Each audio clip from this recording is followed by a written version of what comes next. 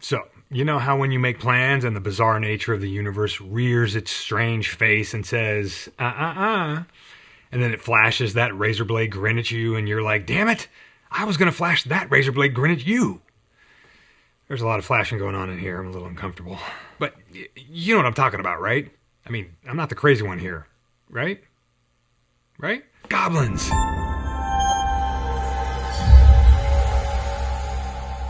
Greetings, good humans, and welcome to Tabletop Alchemy, where sometimes our planned painting project gets changed and we experience a range of emotions from returning to an activity after a few months away. And we thank our patrons for sticking with us on this nutty, fantastical journey. As always, you guys are much appreciated. So, I had plans for the mini painting this month. I haven't painted any miniatures since last year, back in October. And all my mini painting, it seems, for the past year has been some form of speed painting. So, I had this luxurious thought of taking some time to chill out with some miniatures and not speed paint them. And I went looking in the pile of opportunity for something fun, because I ain't ready to take on one of those 75mm yet. And on Instagram, I saw these, and I was blown away by the artist's subdued fairy tale look. This guy in particular, he's my favorite. And I was like, wait. I've got these, I think, in the pile of opportunity. So I went looking, and I found them, and I was like, I want to paint these. And actually, I had both of these Warhammer Underworld sets, and I was like, this right here is another warband, for sure. So, I spent a week or so building all these guys and marveling at their super fun, goblin-y details. Can we take a beat just to tip our hats to the sculptor, or sculptors? These guys are they're just fantastic, and full of mushrooms, right? Now, as a lot of you know, we've been playing Silver Bayonet and watching the saga of the Nightmare Hunters unfold. So, I was looking up the next two scenarios to see what stuff I need to build or craft up for the table, and let me tell you, there's a lot of stuff I gotta put together. Rivers and hills and bridges and all kinds of stuff I don't have. But I also looked at what miniatures we're gonna need. Solo scenario number 3 in the main book, which will be chapter 4 for us, is called The Troll Hunts. So, I expected we'd need a troll or two. What I didn't expect was that the scenario starts with 4... wait for it. Yeah. We need goblins for the next scenario. And of course, I was starting to worry about this troll our warband's got to face, so I took a peek at its stats, and yes, the troll is going to be a tough monster to fight. And just sort of offhand, I decided to flip over to the goblins to check out their stats, to see what kind of, mob trash the Nightmare Hunters are going to have to deal with. But, the goblins might be worse than the vampires, which is insane.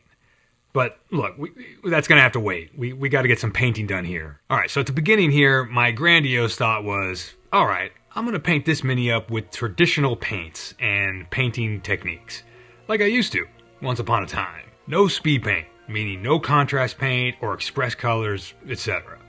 So, I blocked out the color scheme I wanted, which was all built around this sort of dingy light beige robe color, because I didn't want to do that standard black robe thing. And even as I was blocking in the colors, I was realizing just how out of practice I've gotten. I think it's been over a year since I've used traditional acrylics to fully block in colors. I've been using contrast and express paints all this time. And I quickly grew, I guess the term bummed out with the figure is appropriate. Not with the figure, but with my painting of the figure. I really missed working with the thinness of contrast paints, the fluidity of them. But anyway, I decided to go with blue shrooms for the accent color, specifically so these guys could be called loons of the blue shroom. And also, I just didn't want to do normal Games Workshop red mushroom paint schemes. And since I declared blue for the accent color, I hit the fletching with blue too. Because, they're dipped in blue shroom juice. Duh. Makes them fly better. The rope belt and straps I just didn't gray because I didn't want too many brown tones on the figures, knowing that the woodland forest bases, were going to be brown as well. So, which is also why I picked out the bow in a really reddish brown to make it pop. I drew some wood grain on the bow for highlights. Always a fun little experiment, just trying to keep a sharp tip on the brush and not make it look too stupid.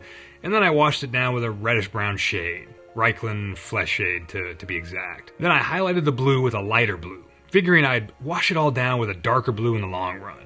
I highlighted the robe with a very light sand color, and I was starting to feel pretty frustrated with my painting ability at this point, because we're in the middle of the ugly phase, which we know is part of the process, but sometimes it's just hard to see past it. I've just gotten so used to how contrast paints show some level of depth and contrast right out of the bottle. And so this is when I started to give up. It's when I went to the Apothecary White contrast paint to both dirty up and shade the robe. It also cooled off the warm tones a little bit. Now, I had been looking forward to highlighting the goblin skin. Visions of glazing grandeur had been in my mind and in my Instagram feed for weeks, but I've never actually been good at glazing or painting organic skin textures, and I've really come to rely on how contrast paints work. But I was determined to try, damn it. So I tried. And then I put down a pretty controlled layer of Beal Tan Green wash, almost like an overall glaze, to try to smooth my crude attempts at highlights. I used Nuln Oil on the gray bits as my idea of trying to paint traditionally just sort of started to evaporate. I used Rattling Grime contrast paint to darken in the eye sockets and the mouth socket, and then I did the one thing this whole project was all about: spots on the mushrooms. I'm pretty sure spots on mushrooms means they're poisonous, even though really I have no idea what spots on mushrooms mean. I just wanted to put them on there, so there you go. And I picked out the eyes and picked out the teeth with the same color. And to see where I was at overall, I splashed up the base in muddy browns and did a little bit of wet blending for some vague highlights, all knowing this would just get some dry brushing and washes further down the line. Okay, so here's Goblin number 2. Basically frustrated with how long it took to paint up the first guy, I just basically caved and decided to paint however I felt like it. I hadn't primed these guys the way I normally would for painting with contrast, so I did the slap chop thing and slapped down a really heavy light gray dry brush on the mini. I didn't really mean to hit it this hard, so once I'd botched it at the beginning, I just sort of leaned into it. I started with the bright green express paint, figuring I'd shade it down with a darker green after highlighting. This is a nice color, and I used it a bit on the orc kill team. I wanted to try to match the previous figure's robes, so I went with a mix of warm and neutral gray contrast colors. It sort of works. It's a little too warm in the end, but as the Gobbos would say, close enough. I selected Wasteland Brown Express color to try to match the reddish brown I'd put on the first figure's bow. Again, close enough. And this guy has a giant mushroom for a hat, so you know what the loons at the Blue Shroom say: everything shrooms is everything blue. Something like that. It's their saying. They say it a lot. You gotta have to trust me. So I used this light blue express color first, again knowing I'd come back with a darker blue to shade it down. Rattling Grime is just gonna become the second accent color. It's basically a grungier contrast paint version of Agarek's Earthshade, so it's basically dark and warm, like hot chocolate made out of sewer sludge. The rope belt gets hit with Basilicanum Gray, and I didn't know what color to paint the sack quiver thing, so I just went with gray for that too. And since the light blue express has had time to dry, time to go in with a darker blue express color to make that shroom cap more vibrant. And since it was on the palette, I just slapped it on the fletching as well, and shoved some of that sewer chocolate in the guy's mouth and eye sockets. I added some red to the Rattling Grime for the mouth, again because I think it was just on the palette, so I mixed it in for whatever reason. Then I thinned the darker, more orcish green express paint with express medium and put that all over the skin to add some richness and shading to it. I think it works pretty well overall. With the figure all blocked out, I base coated the base so I could see this figure in comparison to the first one. I almost forgot to pick out the teeth and eyes, and that just sounds like a crow on a corpse, right? Picking out teeth and eyes. Do crows pick out teeth? That's probably not right. But the eyes, I know they pick out eyes. I learned all my nature facts from Stephen King. Come on. And of course, after picking out teeth and eyes, we get to spot up the shroom. I just get in this habit of finding ways to use whatever's on the brush where I can. Put some highlights on the rope belt, and then I did some fairly glazy style highlights on the robe. Still trying to, paint like a pro. I mean, it's fun to pretend, right? And the highlights are too subtle. But I don't have time to try to glaze up 50 layers in smaller and smaller patches. I just sort of flit around the figure, touching it with the brush almost in a pantomime of real painting. Whatever. You know what you signed up for when you decided to click on this video. The complaint box is in the back of the room. Feel free to drop in all your gripes. I'm sure the minions will get around to reading them someday.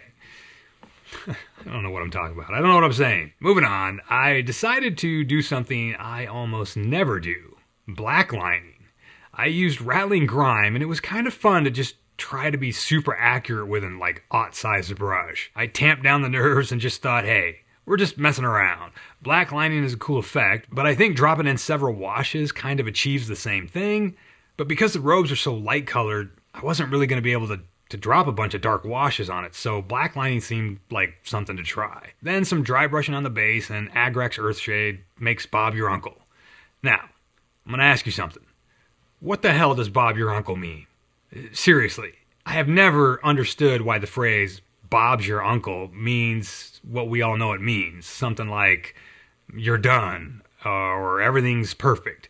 But Bob is my uncle? What kind of random nonsense is that? Why do we say that? I'm very confused, which should not be surprising. Okay, ignoring Bob, we're going to pick up a third goblin, and this time I just felt like trying out the grayscale sketch thing instead of the bash splash dry brush thing. Ever since I've been watching Marco Frassoni, I've always wanted to do this type of thing, and I've tried it in the past, and I'm trying it here. And it just simply takes a while to do, especially when you're impatient and unskilled. Two of the very best qualities you want in a craftsman. But, for what it's worth, I think this goblin's skin tone actually came out the best in the end, which is interesting to note. Anyway, in true tabletop alchemy form, I got the sketch, like, halfway there, and then I just went in with the express color for the skin. Painting with express or contrast paints, I guess the category name for those is transparent paints, or semi-transparent paints. Anyway, painting with them due to their viscosity or thinness compared to traditional acrylics just makes them fun to paint with. And I do prefer the express color viscosity to Citadel's contrast paint. I'm just waiting on the second batch of their express colors to arrive, which I literally just pre-ordered last week without any actual knowledge of when they'll show up. The website said, available Q1 2024. Well, I guess that's anytime from now till March, because that new second range of Vallejo express colors is going to finally be able to compete with Citadel's current range of huge range of hues. But anyway, moving on again. I did the brown-gray mix again for the robes, but I forgot I went too warm with the last one and went even warmer with this one for some stupid reason. It's okay, don't stress. I'm going to make it worse later when I try to fix it. We're all good. I drew some highlight wood grain stuff on the bow again, and this time I used Army Painter shade on it just to change things up, see what it does. After painting and washing the base with good old Agrax, I went in to do some black lining again, but this time I decided to try using inks. But inks are much less forgiving than the contrast paint. Inks stain right away, and there's not much opportunity to rinse your brush and go back in to wipe away excess or mistakes, and so I will be sticking with the contrast paint version of this technique in the future. I sound very official, like I actually know what I'm talking about. So here's all three with their various methods of painting, and like I mentioned, I think the skin tones on the third guy, which was the one I did with the value sketch instead of dry brushing for Splash Bash, I think his skin tone looks the best. It's not really like so much better that it requires doing every figure this way, but again, it's interesting to note, at least for myself. I don't like the robes on that guy though. Those I messed up pretty good. And the first guy's robes are kind of what I wanted. Both of the others are just maybe too warm, but they still work as light colored robes. Whatever, they're all part of the Loons of the Blue Shroom. Nobody cares what color the robes are. So, with at least 4 more to go for this batch of Loons of the Blue Shroom, I decided to just go with the Splash Bash dry brushing for time's sake. And I just knocked them all out. My favorite sculpt from all these guys is this blowgun guy. He's so freaking cute, right? I mean, he's on a 3D printed base too, that I put him on, that has all these really nice looking leaves on it that I'm realizing I am now going to have to paint individually. Awesome. I did a white dry brush after the light gray, and then went in first thing with the rattling grime mouth color. Light green express color goes on all of them, and I'm painting goblins from 2 different sets here. And so these guys are from the newer set, and they have armor. So I just decided to use rattling grime as the base coat for any areas that are getting metallics. And no, we're not doing non-metallic metal again. Not yet. I used this yellow to highlight the skin, and I gave it a good try. I thinned it out, and I tried to glaze it up over the knuckles and his puffed up cheeks, and I just really tried to make the highlights pop. Of course, I needed to do this with like 17 sequentially lightning layers, but I just did 1. Then I glazed in some of that thinned down darker express green color, deepening the shadows and smoothing out the highlights. And to be honest, it's too heavy. I think this would have worked really well had I gone the extra miles with the highlights in the first place. But once more, moving on. Time for the brown-gray mix for the robes, and this time I think I got the warmness kind of alright, but I also thinned the mix too much with contrast medium. So I had to put a couple of coats down to make the color actually take, which is actually kind of the way you want to paint if you're trying to do like very subtle highlights, but I just got impatient.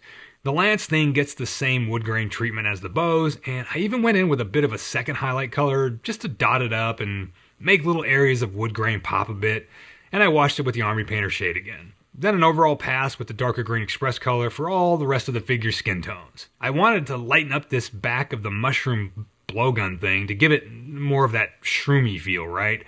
So I drew in some highlights and just sort of massaged this lighter color in there and kind of painted in streaks to keep this fibrous feel to it. I don't know if I did an okay job or not, but, you know, it was fun to work on. And Blowgun Guy also has several mushrooms popping out of his hood, so I figured there was enough blue from the blowgun itself, so I went in with some magenta and purple express colors to make the little hat shrooms more fun. Because they're loons of the blue shroom. They're fun. Little murdering fun bastards.